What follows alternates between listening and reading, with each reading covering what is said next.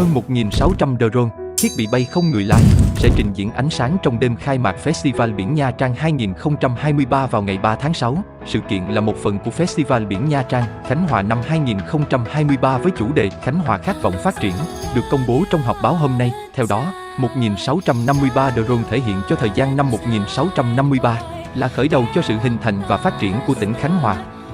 Những thiết bị bay tham gia trình diễn các hình ảnh đặc trưng của tỉnh như chim yến, mũi đôi, sông cái, thành cổ Diên Khánh, tháp trầm hương trên nền nhạc lấy cảm hứng từ âm nhạc bản địa. Tái hiện những câu chuyện lịch sử, văn hóa vùng miền, con người Khánh Hòa bằng ngôn ngữ ánh sáng.